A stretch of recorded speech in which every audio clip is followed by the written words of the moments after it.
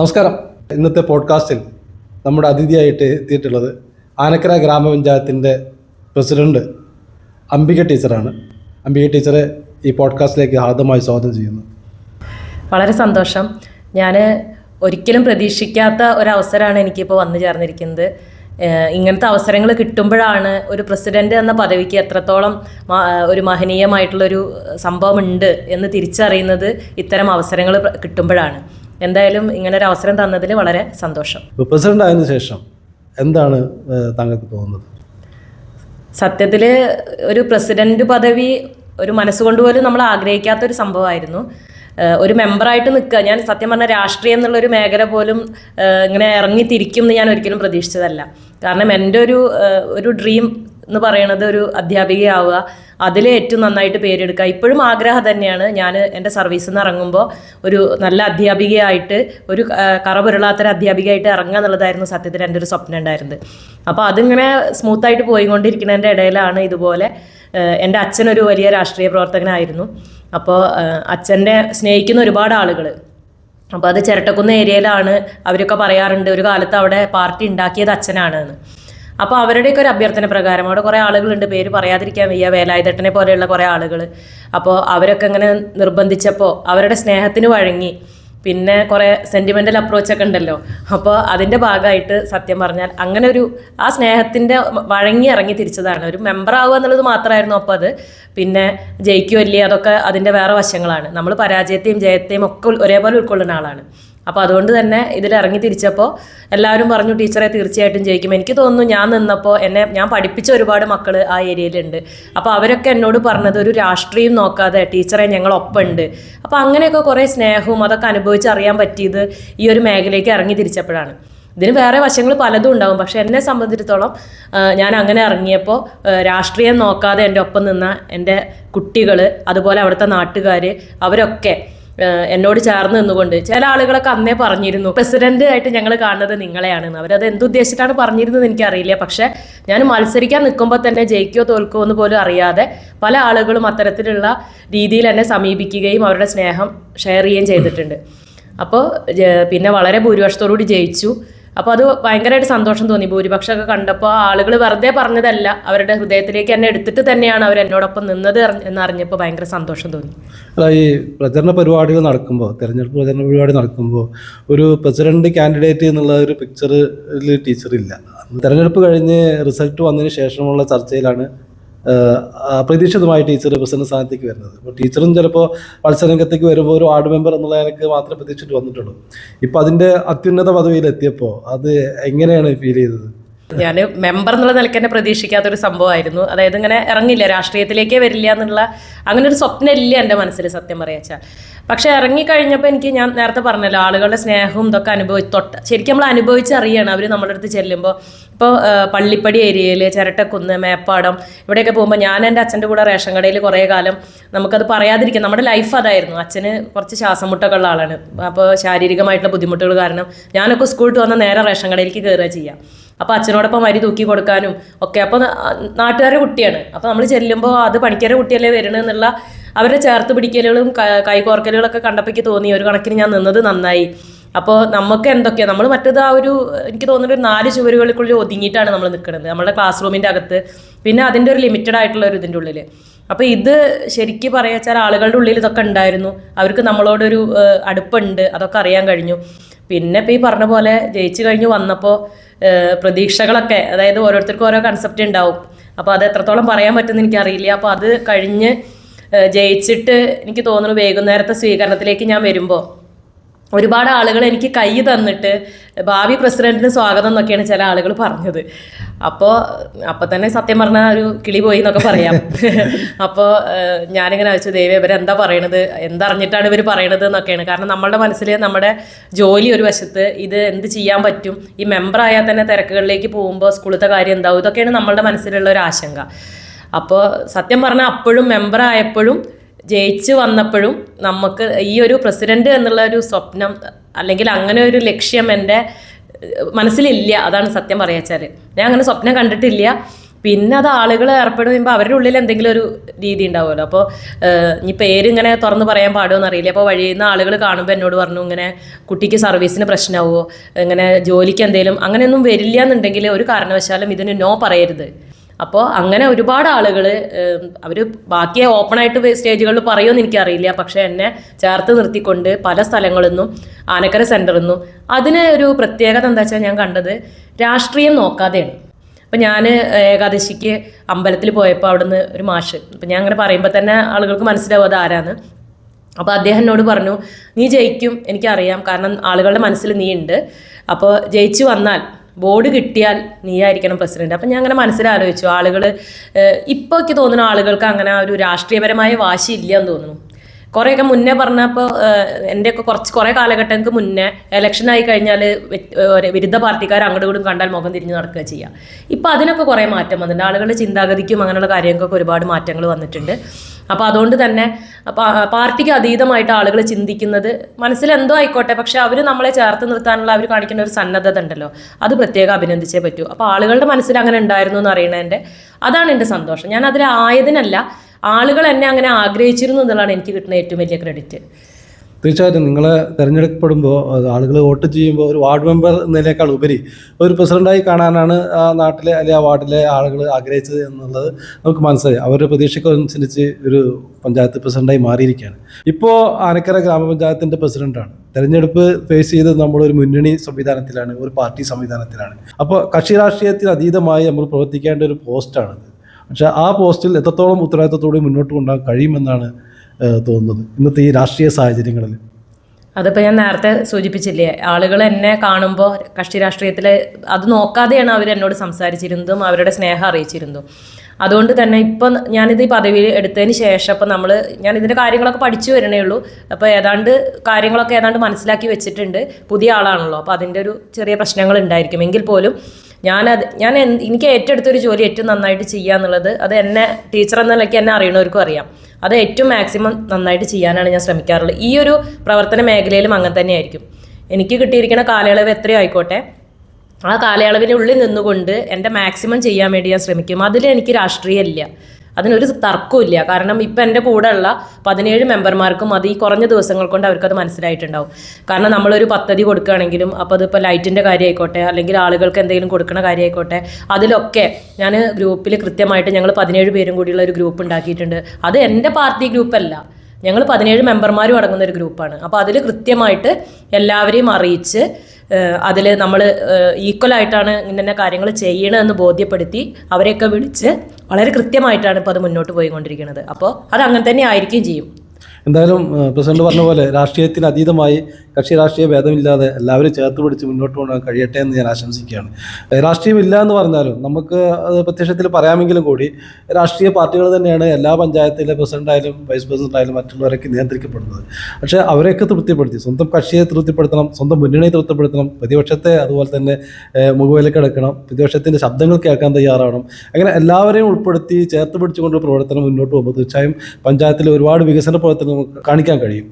ഇപ്പോൾ ഈ പഞ്ചായത്ത് പ്രസിഡന്റ് പദം ഏറ്റെടുത്തതിന് ശേഷം ഈ പഞ്ചായത്തിലെ മറ്റ് പഞ്ചായത്തുകളിൽ നിന്ന് വ്യത്യസ്തമായി എന്തെങ്കിലും കാര്യങ്ങൾ ചെയ്യാൻ എനിക്ക് കഴിയും അല്ലെങ്കിൽ കഴിയണം, എന്തെങ്കിലും ഒരു പ്രോജക്റ്റ് മനസ്സിലുണ്ട്? ഇപ്പോൾ സാധാരണ നമ്മളൊരു പഞ്ചായത്ത് പ്രസിഡന്റ് അല്ലെങ്കിൽ പഞ്ചായത്ത് ഭരണസമിതി ചെയ്യുന്ന കാര്യങ്ങൾ വ്യത്യസ്തമായിക്കൊണ്ട് സംസ്ഥാന തലത്തിൽ ശ്രദ്ധിക്കപ്പെടാവുന്നൊരു പ്രവർത്തനം എനിക്ക് ചെയ്യണം അല്ലെങ്കിൽ ഞങ്ങളുടെ ബോർഡിന് ചെയ്യണം എന്നൊരു മനസ്സിൽ ഈ കുറഞ്ഞ ദിവസം കൊണ്ട് എന്തെങ്കിലും തോന്നിയിട്ടുണ്ടോ? അങ്ങനെ ചോദിക്കുകയാണെങ്കിൽ ഞാൻ പറഞ്ഞല്ലോ, ഈ ഒരു സംഭവത്തിൽ ആദ്യമാണെന്ന് പറഞ്ഞു. ഞാനിങ്ങനെ കുറേ അതായത് ഇപ്പം കഷ്ടി ഒരാഴ്ചയായിട്ടുള്ളൂ ഇതിൽ ചാർജ് എടുത്തിട്ട്. അപ്പം ഞാനവിടെ പഞ്ചായത്തിൽ ഒബ്സർവ് ചെയ്തപ്പോൾ ഞാൻ മനസ്സിലായ കാര്യം, പഞ്ചായത്തിലേക്ക് ഇത് പദ്ധതിയല്ല, ഒരു ഫസ്റ്റ് സ്റ്റെപ്പ് എന്നുള്ള നിലയ്ക്ക് അവിടെ ആളുകൾ വരുന്നു, സാധാരണക്കാരായ കുറേ ആളുകൾ വരുന്നു. അതിൽ ചെറുപ്പക്കാരുണ്ട്, വയസ്സായവരുണ്ട്. അപ്പോൾ അവർക്ക് അവിടെ വന്നിട്ട് എന്താ ചെയ്യേണ്ടതെന്ന് അറിയണില്ല. അപ്പോൾ അവരിങ്ങനെ വരണു, ഇങ്ങനെ ഒരു ലക്ഷ്യബോധം ഇല്ലാതെ അങ്ങോട്ടും ഇങ്ങോട്ടും നടക്കുന്ന ഒരു കാഴ്ച ഞാൻ ആ റൂമിലിരുന്നിട്ട് ഞാൻ കാണുന്നുണ്ട്. ചിലപ്പോൾ ഞാൻ അവരുടെ അടുത്ത് ഇറങ്ങി വന്ന് ചോദിക്കുന്നുണ്ട് എന്തിനാ വന്നേ. അപ്പം ഞാൻ ആദ്യം വിചാരിക്കണത് അവിടെ ഒരു ഹെൽപ്പ് ഡെസ്ക് ചെയ്യുകയാണെങ്കിൽ കുറച്ചുകൂടി നന്നായിരിക്കും. അപ്പം ഞാൻ അവിടുത്തെ ആളോട് സംസാരിച്ചപ്പോൾ അവർ പറഞ്ഞു ഇങ്ങനെ ഒരു സംഭവം അവിടെ ഉണ്ടായിട്ടില്ല. അപ്പോൾ അത് വെക്കുകയാണെങ്കിൽ ആ വരുന്ന ആളുകൾ എന്തിനാ വന്നത്, അവരെ ഏതെങ്കിലും രീതിയിൽ സഹായിക്കാൻ. അതിൻ്റെ ബാക്കി എന്താണെന്നുള്ളതൊന്നും എനിക്കറിയില്ല, പക്ഷെ എൻ്റെ മനസ്സിൽ തോന്നിയൊരു ഐഡിയയാണ്. അതാണ് ആദ്യം ചെയ്യാൻ പോകുന്നത്. അവിടെ വരുന്ന ആളുകൾ ബുദ്ധിമുട്ടാൻ പാടില്ല. എന്തിനു വന്നു അവർക്ക് അതിങ്ങനെ അറിയാതെ, പലർക്കും ഒന്നും അറിയില്ല, ഒരു കടലാസായിട്ടുണ്ട് വരുന്നത്, എന്തെങ്കിലും തലയും വാലും കേൾക്കുമ്പോഴേക്കും പാഞ്ഞു വരികയാണ്. അപ്പോൾ അത് കൃത്യമായിട്ട് ആളുകളെ ഒന്ന് പറഞ്ഞ് മനസ്സിലാക്കിക്കാനും അവർ ഏത് സെക്ഷനിലേക്കാണ് പോകേണ്ടത് അതൊക്കെ കൃത്യമായിട്ട് മനസ്സിലാക്കി കൊടുക്കാനുള്ള ഒരു സംവിധാനം ഒരുക്കുക എന്നുള്ളതാണ് ഫസ്റ്റ് സ്റ്റെപ്പായിട്ട് വിചാരിക്കുന്നത്.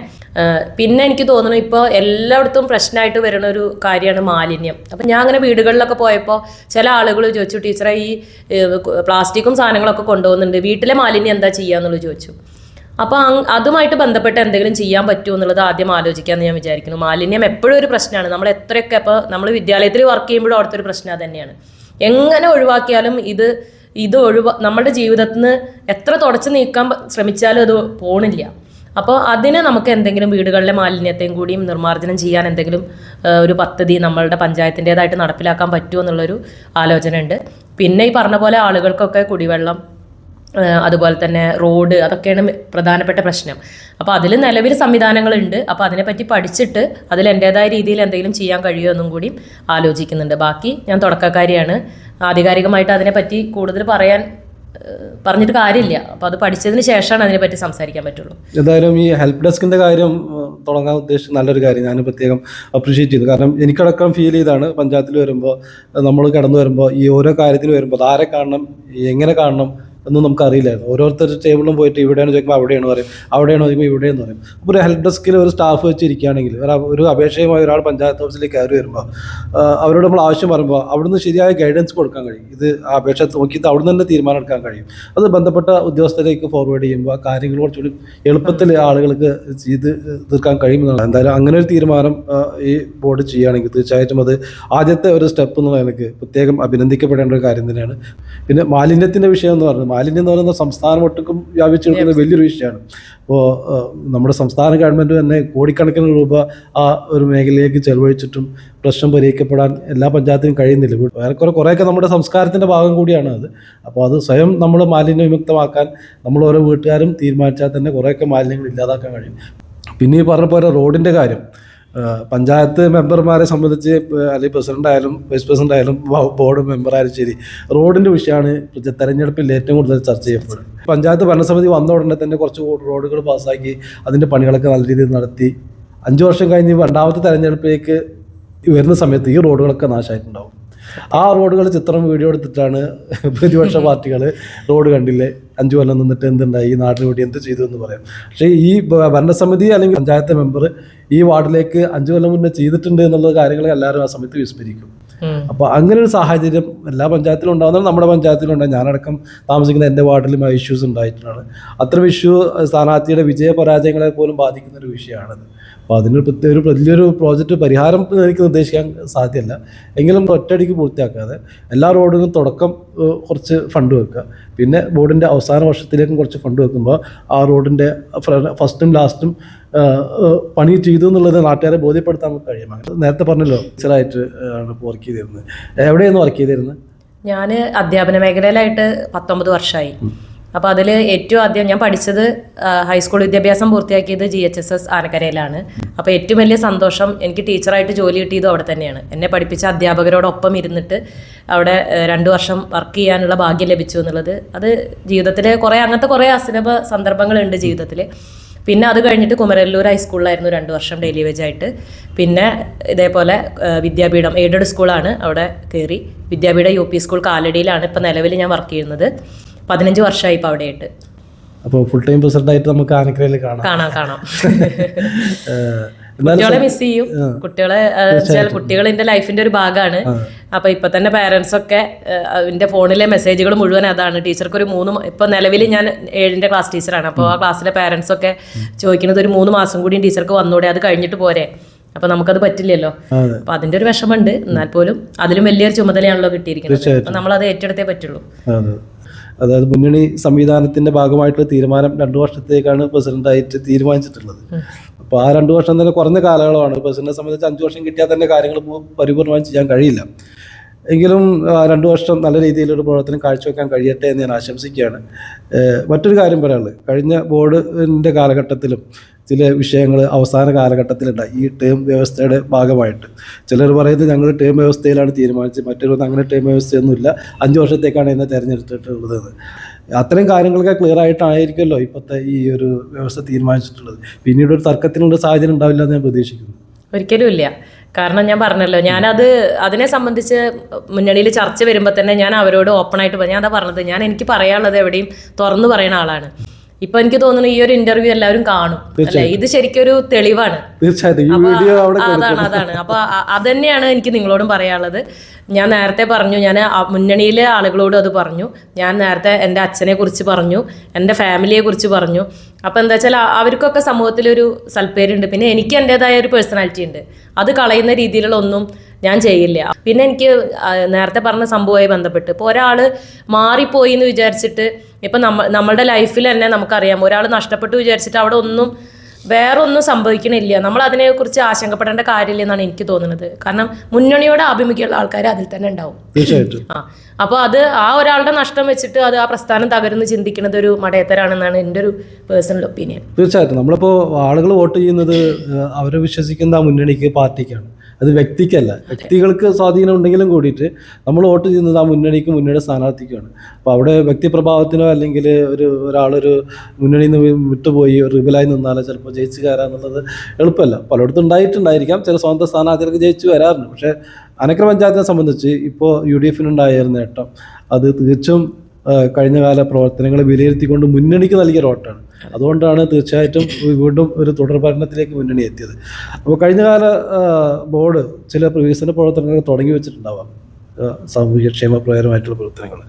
അത്തരം വികസന പ്രവർത്തനങ്ങൾ തുടരാൻ തന്നെ ആയിരിക്കുമല്ലോ ഈ ബോർഡിൻ്റെ തീരുമാനം. തീർച്ചയായിട്ടും അത് ഞാനിപ്പോൾ അതിൻ്റെ ലിസ്റ്റും കാര്യങ്ങളൊക്കെ എടുത്തിട്ടുണ്ട്. അപ്പോൾ അതിൽ കുറേ അപ്രൂവ്ഡ് ആയിട്ട് കിടക്കുന്ന കുറേ സംഭവങ്ങളുണ്ട്. അവിടെ പെൻഡിങ് ആയി കിടക്കുന്നത് അതൊക്കെ ഇപ്പോൾ ഏതാണ്ട് ഞാൻ റൗണ്ട് ചെയ്ത് കൃത്യമായിട്ട് മനസ്സിലാക്കി വെച്ചിട്ടുണ്ട്. അപ്പോൾ അതിനുശേഷം ആ ഉദ്യോഗസ്ഥന്മാരുടെ മീറ്റിംഗ് വിളിക്കുകയും അത് കൃത്യമായിട്ട് മുന്നോട്ട് കൊണ്ടുപോകാനുള്ള കാര്യങ്ങൾ ചെയ്യും. വീട്ടിലാരൊക്കെയുള്ളത്? എൻ്റെ വീട്ടിൽ ഞാൻ നേരത്തെ പറഞ്ഞല്ലോ, അച്ഛൻ ശ്രീ PN ബാലമണിക്കർ.